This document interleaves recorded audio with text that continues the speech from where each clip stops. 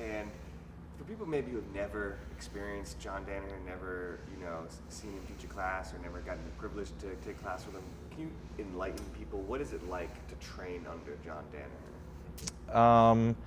I love training under John.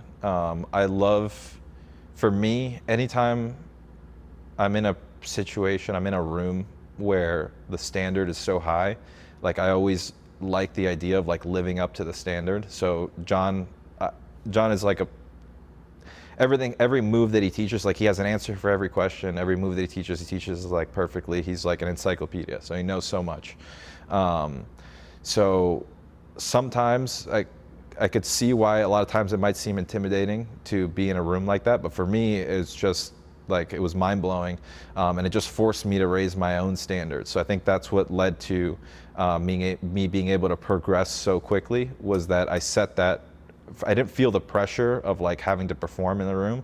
I was just like, okay, this is how I should think about jiu-jitsu, and that's how I should do jiu-jitsu. So it just forced me to get better. An average class, John teaches technique. We do our positional sparring. Every day is almost the same in terms of how we train. The moves are obviously different. There's always some sort of different theme that we run through in every class. He's also one of the most dedicated people you'll ever meet. Like this guy, like for a guy that's crippled and has so many like physical issues, he's in the gym more than any one of the athletes. So it's just pretty impressive to see his dedication. Yeah. And then, was it a shock?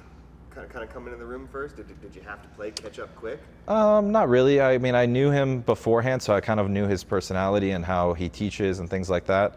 I knew obviously that I had some holes and that I needed to kind of cover up my weaknesses, but I felt like I dealt with that pretty quickly. So it wasn't a huge, like I was doing jiu-jitsu for 15 years, so I know how to do jiu-jitsu. It was just a matter of figuring out where my weaknesses were. Actually, I knew where my weaknesses were, and then just figuring out how to fix those weaknesses.